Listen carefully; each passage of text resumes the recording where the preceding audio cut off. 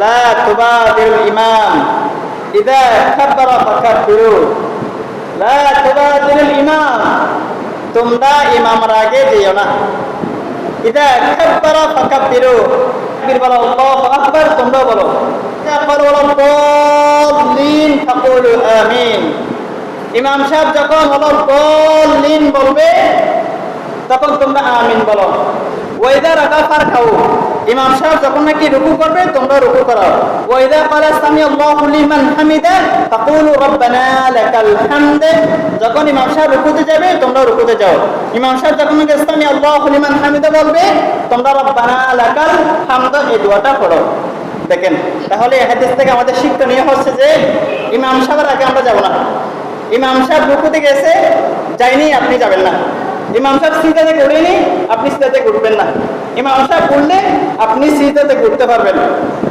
অনেকে বলে যে হুজুর, আমি তো আপনার পিছনে নামাজ পড়তেছি, যে আপনার পিছনে নামাজ পড়তেছে আমার সূরা কারা পড়তে হবে, আউযুবিল্লাহি বিসমিল্লাহ পড়তে হবে, এগুলো কি পড়া জরুরি?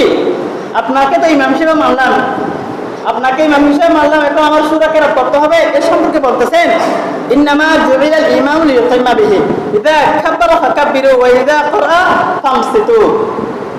ইমাম তোমার নামাজকে পরিপূর্ণ করবে। ইযা কাব্বারা ফাকাব্বিরু, ইমাম সাহেব যখন তাকবীর বলবে, আল্লাহু আকবার বলবে, আপনারা আল্লাহু আকবার বলেন। ওয়া ইযা ক্বারা ফামসিতু, ইমাম সাহেব যখন নাকি সূরা কেরাত পড়বে আপনারা চুপ থাকেন। কি থাকবেন? আপনাদের বিসমিল্লাহ পড়তে হবে না, আউযুবিল্লাহ পড়তে হবে না, শুধু শুনে থাকবেন যে ইমাম সাহেব যেগুলো পড়ে সেগুলো শুনবেন, যে যেহেতু আমাকে ইমাম মানছেন, আমি আপনার নামাজকে আমি পরিপূর্ণ করব।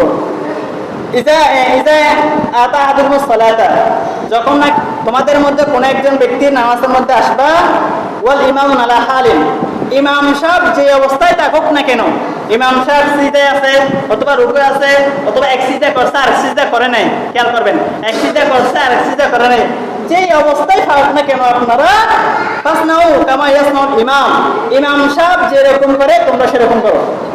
ইমাম সাহেব যেরকম করে তোমরাও সেরকম করো। আবার কোন একটা হাদিসে বলতেছে ইদা জিতুম ইলা সালাতি ওয়া নাহনু সুজুদুন ফাসজুদু, যখন নাকি তোমরা মসজিদে আসবা, মসজিদে আসার পর ইমাম সাহেব সিজদা করতেছে, ফাসজুদু, তোমরা সিজদা করো। ওয়ালা তাউদু শাই, যে সিজদা করছেন, এক সিজদা করছেন অথবা দুই সিজদা করছেন, ওয়ালা তাউদু শাই, ওই সিজদা ওয়ালা রাকাতকে এক রাকাত মনে করিও না। ওয়ামান আদরাকা রাকাতান ফাকাদ আদরাকা সালাতান, মাসলাটা চলে গেছে না, সিজদার মাসলা চলে গেছে না। এখন রুকু করা, ওয়ামান আদরাকা রাকাতান ফাকাদ আদরাকা সালাতান।